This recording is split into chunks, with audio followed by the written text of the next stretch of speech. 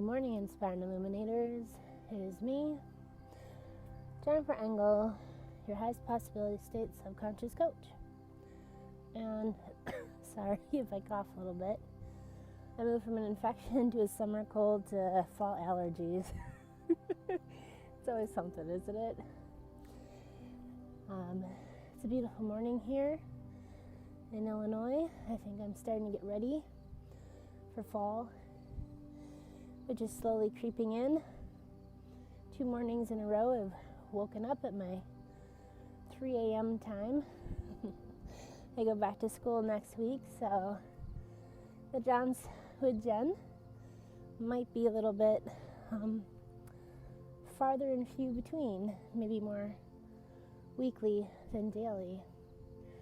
But I don't normally do a Jaunt with Jen unless I feel I have something wise to say. There might be doldrums, if you will, where I don't do, there might be like a long stretch where I don't do a Jaunt with Jen because I don't have anything to say. But this morning, I wanted to talk about a topic that's been popping up around me for a while, probably around all of us, and how it's kind of shifted and changed over the past couple years, and that's the spark of life. What is the spark of life, right? And I'm going to add my own little piece to this as well. I want to talk about what is the spark, where did it come from, kind of like what is its characteristics, and what can we do to keep it, okay? All right. So what is the spark? I think Disney's Soul movie covered it very well.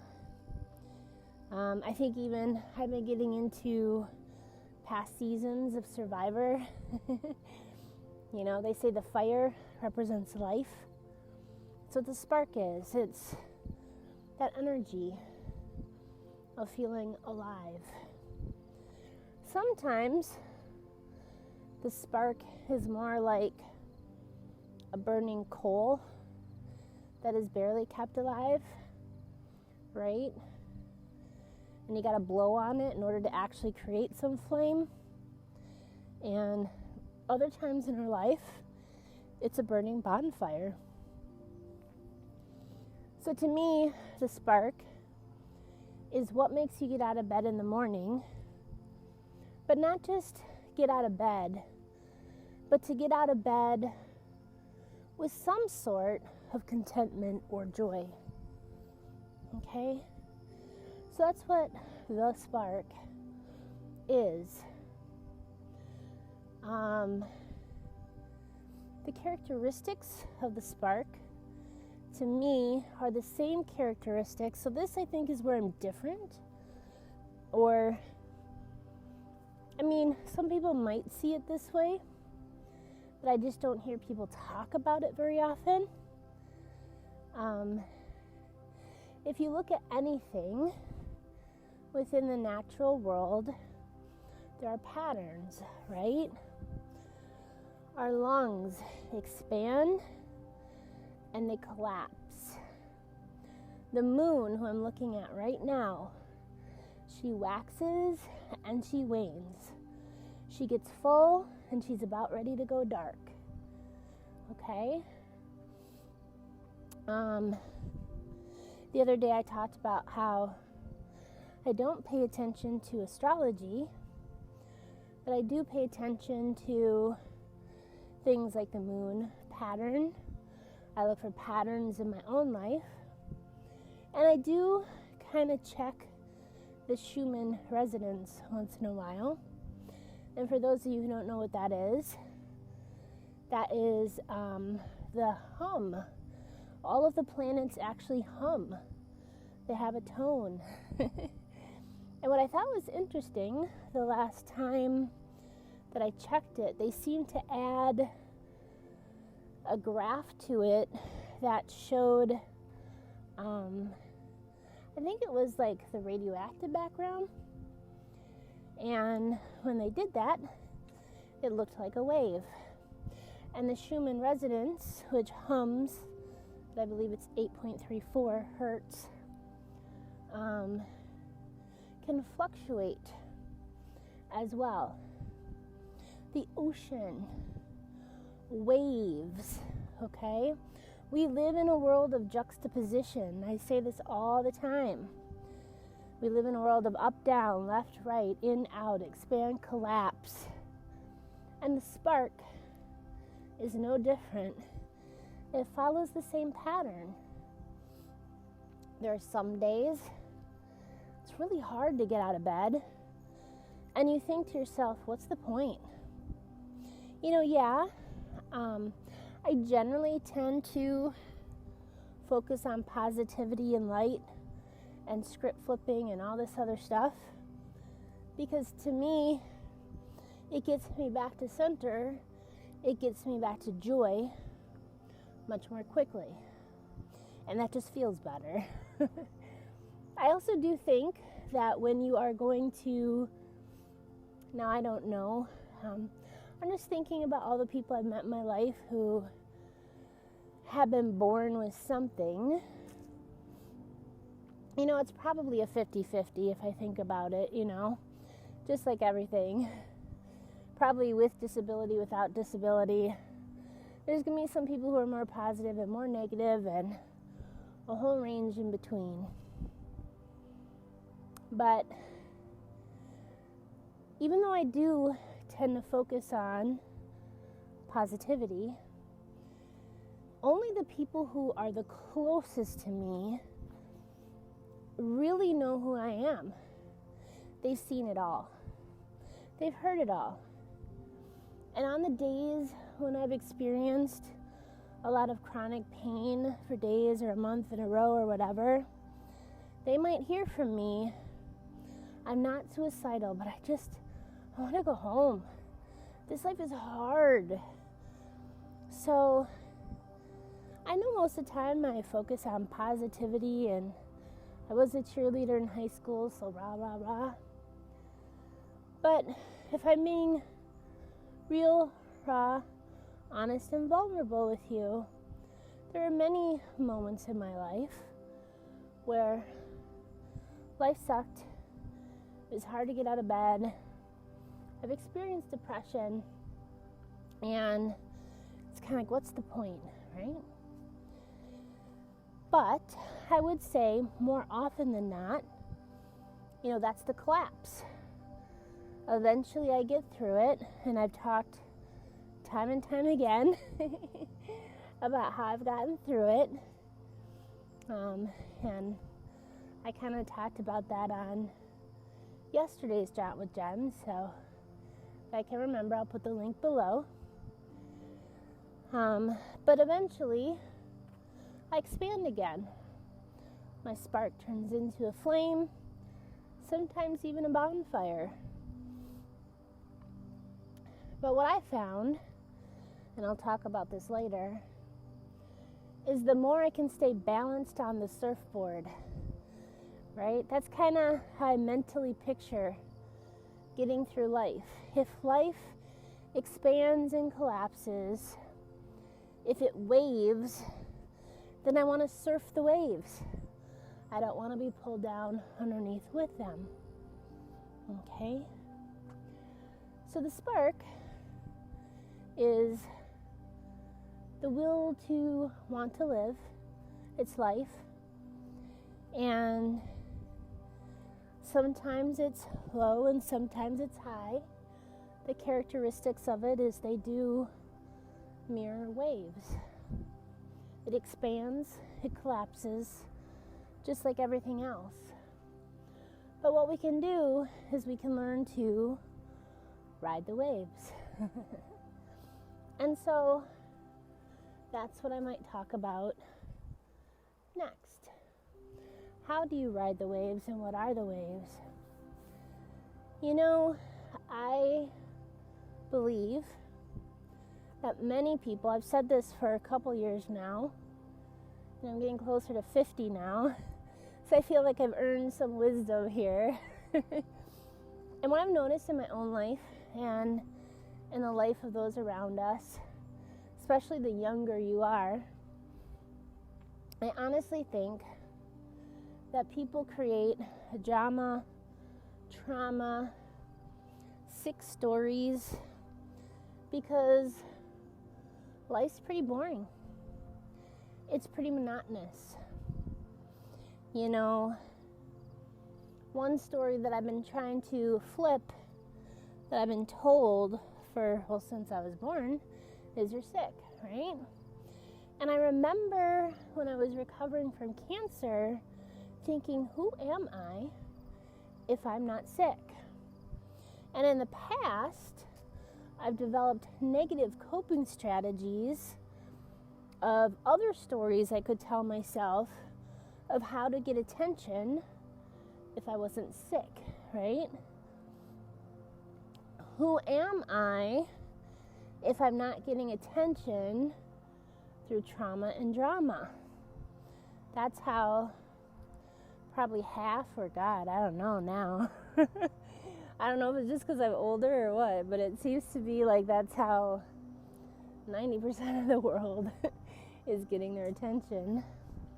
Either through trauma, drama, or in pursuit of happiness, right? Look at me, I'm doing wonderful things on my social media. And I'm not calling anyone out on that. I'm sure I do that too. It's just the human nature. So the spark of life is just that. It's the will to want to get out of bed in the morning.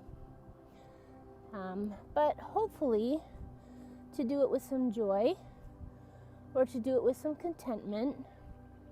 We understand that the spark expands and it collapses.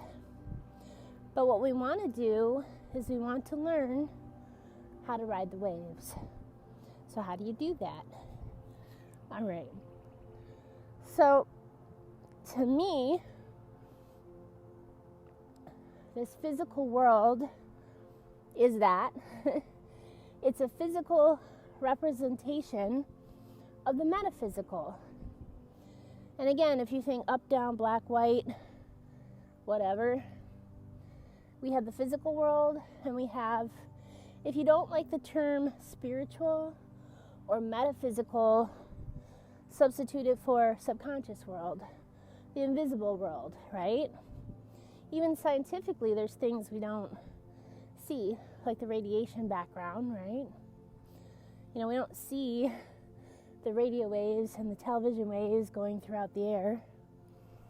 So it's there. And that's what we're seeing. It's waves. And to me, water represents memory, and it also represents, I think the fire is more like the feelings about our memories and our experiences. And if you combined fire with water, you get steam. The steam is what pushes us forward. It was funny, I think I didn't actually say it in my Jaunt with Jen, but I typed it in the notes. It's a choice to stay in the doldrums. The doldrums is where there's no wind, right? Well, that's why people created steam engines instead of sails, to increase their chances and to take into their own hand the ability to push forward even when there is no wind. So water to me is memory. Fire is the emotion that's tied to the memory. And steam is what pushes us forward. Now, if water is memories, and to me, the universe was explaining the metaphor of Jesus walking on water many years ago. And I had this like aha moment. It was like 2015. What that actually meant. It meant walk on your memories. Be in command of your emotions. Don't let them drown you. I was like, oh. And then that's when I got into, my different tools and strategies about how to walk on water, which I basically cover again and again, kind of in my video yesterday, which again I'll put the link below, or you can go to highestpossibilitystates.com or Amazon and get the book. Because basically those are the strategies of what I use of how to not let my past trauma and drama drown me. How I went from post-traumatic stress to post-traumatic growth. But the spark, in some aspects, is a little different.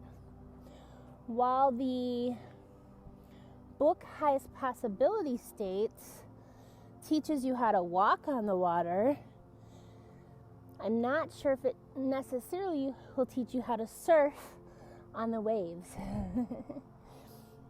And so, what I'm finding is if you can see the waves, you have to be like a surfer. First of all, you have to pick up on patterns. And one of the things I talked about yesterday was picking up on the doldrum pattern, picking up on negative patterns, and what the purpose of that is. And then picking up on positive patterns. Okay?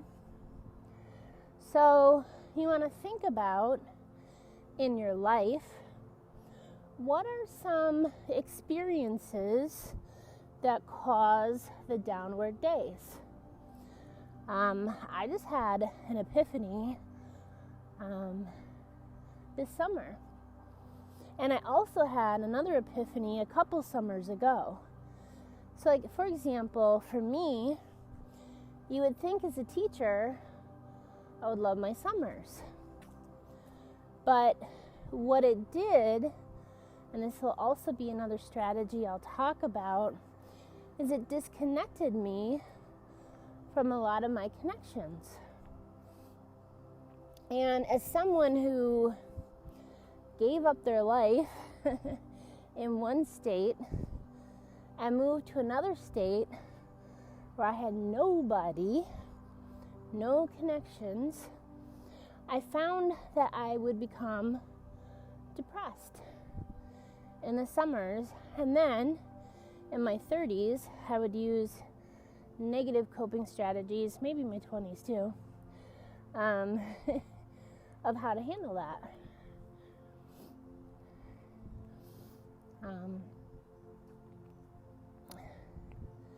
So with that in mind, I developed more positive coping strategies during the summer to make me feel more happy, which was, instead of going out to bars and partying and meeting random people, I started writing, and I joined a writer's group. So I'm connected to a healthier system in my mind. I'm not judging anyone who does anything, trust me. I am like the least judgmental person you're ever going to meet. Okay, so walking on water, surfing. How do you surf? First, you learn some of the negative patterns in your life. Okay, and the way that I actually do this is I use pictures on my phone. Maybe you might keep a journal. They actually have apps. I wonder, hopefully again, I can find a link and put it below. I actually kept like a journal for a while that marked my mood, and everything. They have some really good apps to do that now. So again, maybe I'll find one and put it in the link below. I'm not like endorsing them because I probably don't know anything about it specifically, but in general, it's a good way to start to pick up on patterns. Because when we're living, when we're in the water, when we're in the day-to-day life, it's hard to pull back and see the pattern. And number two, a lot of times we get so caught up in our emotions about it that this is a really good objective way, without feeling, to see the patterns in our life. Okay, use data rather than your emotions. That's what businesses do. That's what schools do for children who have emotional disabilities. Okay, and that's what we should do. Use some data. So pick up on the pattern by using data. And then when you see the pattern and you know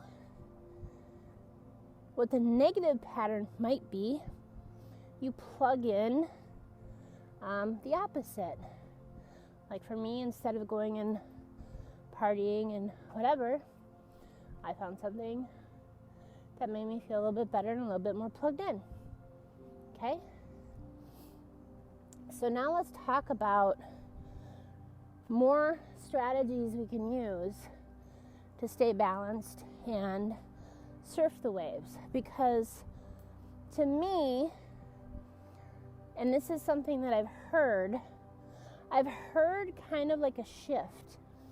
You know, a couple years ago it was like, find your passion, find your purpose. That's going to make life a lot easier to live. And the problem with that is there's probably only 1 to 10% of the people who actually know what their passion and purpose is. So what does that do for the other 90 to 99% of people? Just kind of makes them feel like shit. But I think that's what the movie Soul was trying to get across. You don't have to have this big passion and this big purpose. Some of the spark of life is just to enjoy it, right? What is something in your everyday that you're like, you know, I just enjoy this? And that kind of keeps the spark glowing. You know, it's a good cup of coffee in the morning. It's when I take a walk, I'm amazed. And you'll see this a lot in some of my videos. Well, first of all, I'm just amazed at nature. But like how sunlight just shines through leaves. Okay? And then fill in the blank for whatever your joy is that you might get in an everyday life. Look for those, because your mind is like Tetris. And it's like those paths in the woods, right? If you keep looking for negative, you're going to find negative. But if you're looking for those things that give you even a little bit of joy, then you're going to keep looking for those. Okay? All right. So to keep the spark alive, we're looking for balance. We're looking for little tiny drops of joy and contentment throughout our day.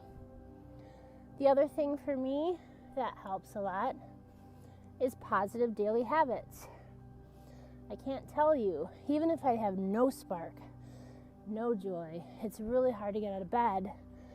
Those daily habits at least get me on the surfboard rather than drowning. Okay? So positive daily habits, 3 to 5 that you do every day, no matter what. And the purpose isn't that it's going to bring you this great spark of joy that you're going to flame into a bonfire. The purpose of your daily habits is that it gets you on the board so that you're not drowning right out of the box. Even if you feel like you're drowning, you're at least on the board, okay? And then throughout your day, you're looking for small wins. You know, that good cup of coffee, that song that you love to listen to, you know, whatever it is. You're training your brain to look for small wins in everyday situations. And then our brains love dopamine, and we are dopamine addicts. We're like rats in a lab.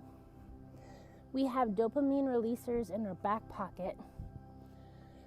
Every time our phone buzzes and bings and dings, click, click, click, click, and you're releasing dopamine. We need to control our dopamine levels. Okay? Some young generation people call this a dopamine detox. One thing you can do with your phone is turn off almost all your notifications, except for the ones that really matter. And then give yourself a set time of day. Set up some boundaries for when you check your social media. Because every time you pick up your phone and you hit click, tap, whatever, swipe, you are releasing dopamine, but it's almost like drugs. The more it releases, the more you're going to need over time. And what happens is, if you don't get it, then that's when you're going to start feeling cranky and irritable. You need more and more. Why isn't this person calling back? Why aren't they liking my picture? Why aren't they doing blah, blah, blah, blah, blah? So I do think some of the older people might be a little bit more content. They might be a little bit better at surfing than we are. Because a lot of my friends are older and they don't have, they don't participate in as much social media as the younger generation does. Okay? So number one, you have your daily habits that puts you on the surfboard. Number two, you are training your brain in your physical world to look for things that bring you joy. Little things, you know? A good cup of coffee, sunshine through a leaf, fill in the blank. You know, I know I'm speaking to like men too, so maybe it's like finally fixing something or working on the car or doing that coding or whatever it is that brings you joy. It doesn't have to be extreme.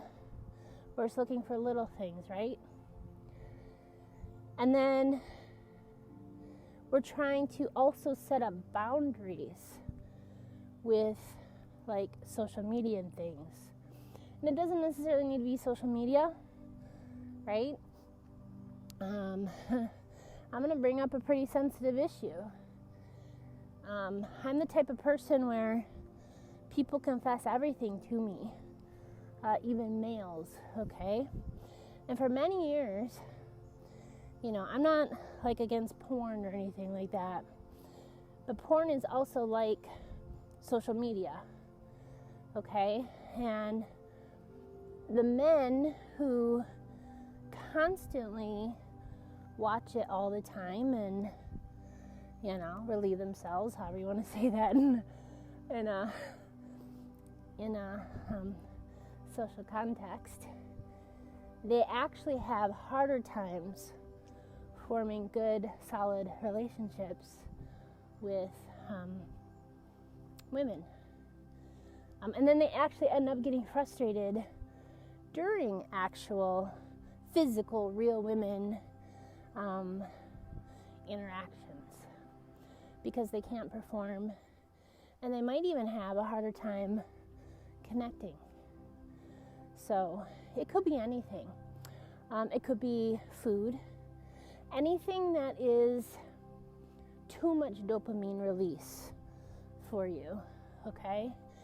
You do want to start setting some limits to dopamine release and getting comfortable in the uncomfortable or doldrum moments. And we can do that by practicing mindfulness, meditation, visualization, finding a hobby, and connecting with others in a more genuine way by joining,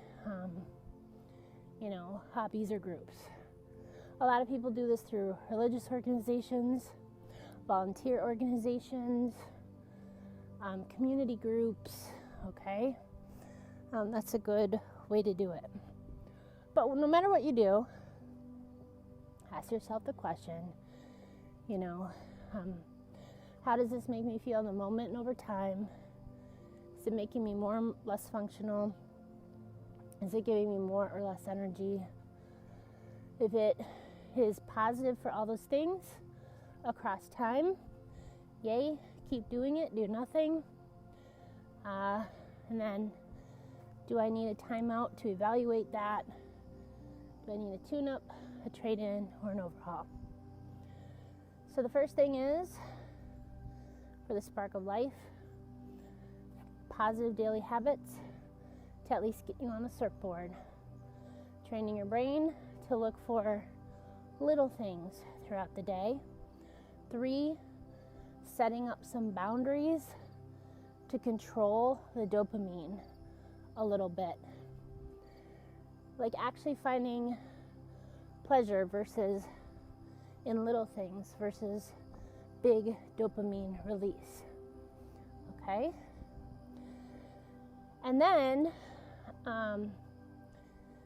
the other thing that you want to do, because things go in cycles, we need steady and structure, which is looking for those little pleasures in life, the good cup of coffee, etc. But we also need medium and high. The problem is, many times people will we love the feeling of the high, right? And so they keep going after. That's what you have like adrenaline junkies doing. And they feel like their life has no purpose if they're not always experiencing the high. Okay? So what we need to do is balance. When you're on a surfboard, you don't always stay on the high part of the wave, right? When you're on a surfboard, you have to balance. I find that the more you can get to middle, the more you can stay balanced, the more you can ride the waves rather than having the waves overthrow you and pull you into their undertow. Okay? So we have positive daily habits. We're training our brain. That's like the small sparks. That's like a candle flame, burning quietly and gently in the corner, releasing some sweet aroma once in a while. And then we need to have medium, or maybe now we're out in the backyard having a nice, fire, little campfire with our family and friends. We want some time where we're really connecting with people. Okay? So a lot of people do this by going to a religious service once a week, or by volunteering once a week, or by having a big Sunday family dinner. Whatever it is, like once a week, plan something where you're really connecting with one or more people. Whether that's a date with your spouse, or with a friend, or with a couple friends, or a hobby group, okay? So, number 1, Our daily habits puts us on the surfboard. Training our brain to enjoy simple pleasures and setting up boundaries to control the dopamine release is standing up on the surfboard. And connecting with people either daily or really deep. I'm not just talking about surface level connection. Like, did you see that game or watch this Bachelor episode? I'm talking about like real heart-to-heart soul connections. Do that at least once a week. Okay? Hopefully a little bit every day, but at least once a week. Now, the surfboard's moving. We got some momentum. And we're kind of cruising along on our emotions. And we're looking ahead for patterns, where the waves might come and go. And if we know a negative pattern is popping up, we're going to plug in our moves to kind of outmaneuver the dip. It's interesting, as an only child, I have spent so much time alone. And I just really recently discovered, within the past 1 to 2 years or whatever, while I do enjoy my quiet alone time, I don't like to be as alone as I thought. So I found when the house goes quiet, maybe people are out doing their own thing or whatever, and they're going to be gone at night or for 24 hours or the weekend or whatever, I end up getting depressed. And so I finally plugged in a coping strategy. Oh, people are going to be gone. That makes me depressed. So now I need to call my friends and plan something with them so that I'm not alone. And then that works, okay? So we're on the surfboard. We're looking for the dips. We're filling them in. We're maneuvering around them. And we look for the big wave.